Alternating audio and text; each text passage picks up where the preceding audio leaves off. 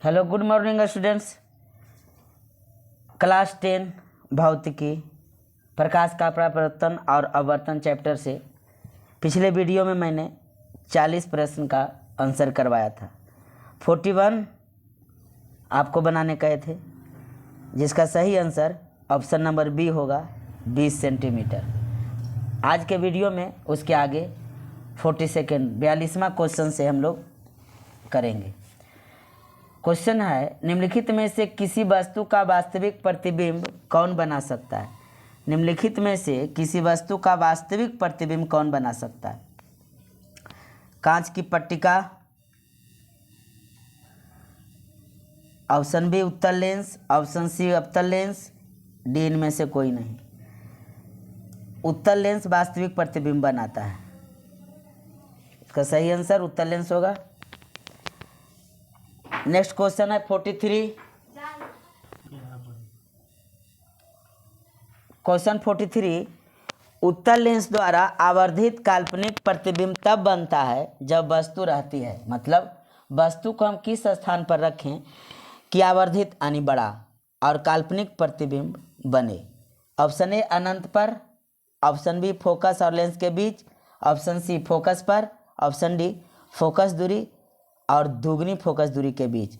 इसका सही आंसर हो जाएगा फोकस और लेंस के बीच। फोकस और लेंस के बीच ऑप्शन बी होगा।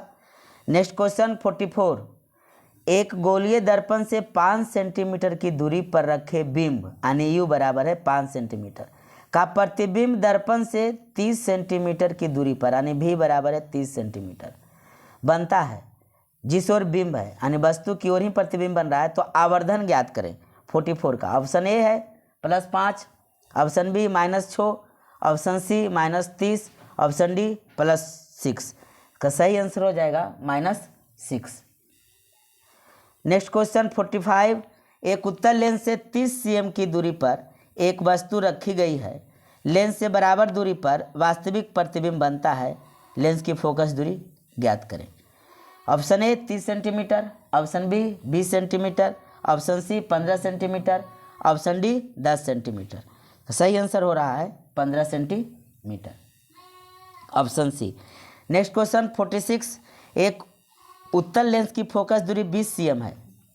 एक उत्तल लेंस की फोकस दूरी 20 cm है, तो लेंस की क्षमता ज्ञात करें। Option A 0.5 D, B -0.5 D, option C 5 D, option D -5 D. इसका सही आंसर होगा +5 डी यानी ऑप्शन सी होगा इसका आंसर। क्वेश्चन 47, एक लेंस की क्षमता -5 डी यानी डायऑप्टर है, तो इसकी फोकस दूरी ज्ञात करें। Question number 47, option A -10 cm, option B -20 cm, option C 100 cm, option D 200 cm।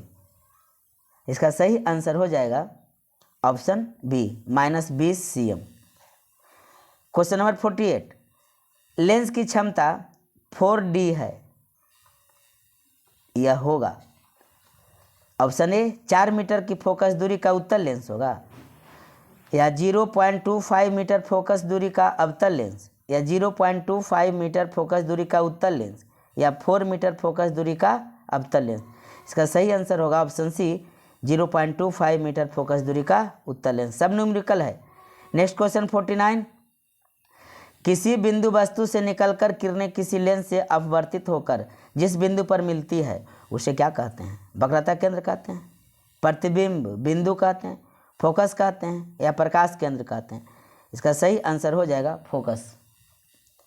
Next question 50, किसी शब्दकोश में पाए गए छोटे अक्षरों को पढ़ते समय आप निम्न में से कौन सा लेंस पसंद करेंगे यानी छोटे अक्षर पढ़ने के लिए? ऑप्शन ए 50 cm फोकस दूरी का उत्तल lens, option B 50 cm focus दूरी का अवतल lens, option C 5 cm focus दूरी का उत्तल lens, option D 5 cm focus दूरी का अवतल लेंस। तो इसका सही आंसर होगा बी 50 cm फोकस दूरी का अवतल lens. Question number 51, photography camera का अभिदृश्यक होता है यानी कैसा होता है? फोटोग्राफी कैमरा का अभिदृश्यक कैसा होता है? अवतल दर्पण का होता है, वो अवतल लेंस का होता है, उत्तल लेंस का होता है, या उत्तल दर्पण का होता है। तो फोटोग्राफी कैमरा में उत्तल लेंस अभिदृश्यक के रूप में उपयोग होता है। ऑप्शन नंबर सी हो जाएगा।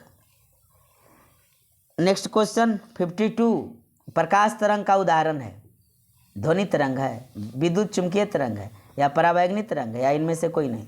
तो प्रकाश की तरंग है वह विद्युत चुंबकीय तरंग होती है। ऑप्शन बी इसका सही आंसर होगा। नेक्स्ट क्वेश्चन 53, दंत विशेषज्ञ किस दर्पण का उपयोग मरीजों के दांतों का बड़ा प्रतिबिंब देखने के लिए करता है? डॉक्टरों द्वारा दांतों को बड़ा प्रतिबिंब बनाकर देखने में किस दर्पण का प्रयोग होता है? समतल दर्पण, अवतल दर्पण, उत्तल दर्पण, या इनमें से सभी? इसका सही आंसर हो जाएगा अवतल दर्पण, जो बड़ा प्रतिबिंब बनाता है अवतल दर्पण। कौन सा लेंस अपसारी लेंस कहलाता है? कौन सा लेंस अपसारी लेंस कहलाता है? अवतल लेंस, उत्तल लेंस, या अवतल उत्तल दोनों, या इनमें से कोई नहीं? इसका सही आंसर हो जाएगा अवतल लेंस।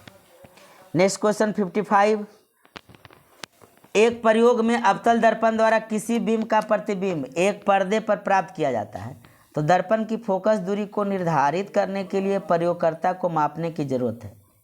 ऑप्शन ए, दर्पण तथा पर्दा के बीच की दूरी को, दर्पण तथा वस्तु के बीच की दूरी को, ए और बी दोनों, या इनमें से कोई नहीं? इसका सही आंसर हो जाएगा ऑप्शन सी, यानी दर्पण और पर्दा के बीच की दूरी भी। क्वेश्चन नंबर 55 की ओर कहता है, एक प्रयोग में अवतल दर्पण द्वारा किसी वस्तु का प्रतिबिंब एक पर्दे पर प्राप्त किया जाता है। दर्पण की फोकस दूरी को निर्धारित करने के लिए प्रयोगकर्ता को मापने की क्या क्या जरूरत पड़ेगी? दर्पण तथा पर्दा के बीच की दूरी, दर्पण तथा बिंब के बीच की दूरी, ए और बी दोनों, दोनों होगा। दर्पण, पर्दा और बिंब के बीच की दूरी को मापना। ऑप्शन नंबर सी होगा, ए और बी दोनों। नेक्स्ट सवाल है 56, गोलीय दर्पण के परावर्तक पृष्ठ की वृत्ताकार सीमा रेखा का व्यास क्या कहलाता है? गोलीय दर्पण के परावर्तक पृष्ठ की वृत्ताकार सीमा रेखा का व्यास क्या कहलाता है? मुख्य फोकस, वक्रता त्रिज्या, प्रधान अक्ष, या गोलीय दर्पण का द्वारक? इसका सही आंसर हो जाएगा ऑप्शन डी, गोलीय दर्पण का द्वारक। नेक्स्ट क्वेश्चन 57, निम्नलिखित में से कौन उत्तल दर्पण की फोकस दूरी है जिसकी वक्रता त्रिज्या 32 cm है?